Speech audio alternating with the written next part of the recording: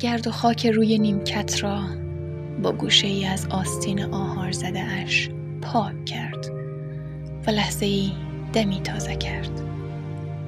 بوی پاییز از برگ‌های نیمه خشکیده شهر به مشامش می رسید. روی صورتش چروک‌های کمی افتاده بود، اما تازگی لب‌های ظریفش شبیه آن بود که تشنه‌ای به آب رسیده باشد. باد خیلی ملایمی روی گونه‌های چالدارش می‌وزید. نفس عمیقی کشید و سمت راستش را نگاهی بی پایان انداخت. او در برگ زردی که داشت زیر پای آبران له می‌شد خیره شده بود. تقریباً پلک نمی‌زد، اما از چیزی درد داشت. چیزی لابلای روحش را اذیت می‌کرد و اجازه نمی‌داد دیگر آرام بگیرد. به آبران که بار زندگی هاشان را به دوش می‌کشیدند نگاه می‌کرد. می‌خواست یکی از آنها باشد.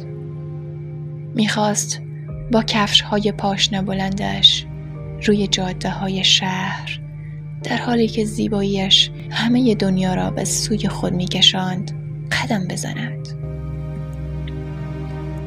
لبخند سردی مملو از حسرتی بی انتها روی لب‌هایش نشست. سرش را به کوتاهی یک آه تکان داد. تپش‌های قلبش آهسته تر می‌شد و زن رویاهایش داشت وارد کالبد فرسودش می‌شد. زنی شبیه وصلی پس از سالها انتظار. زنی شبیه نمنم باران پس از غبار. زنی شبیه عطری ماندگار. اما او دیگر به میان سالی رسیده بود و از درد شنیده نشدن داشت در دلش میپیچید. هرچند لباسهای مندرس و کهنه‌اش یادآور سالها خانه نشینی بود، چشمهای زلال و زنانه اش هنوز میتوانستند مردی را درگیر کنند. دوباره غمهایش را از گلو فرو ریخت.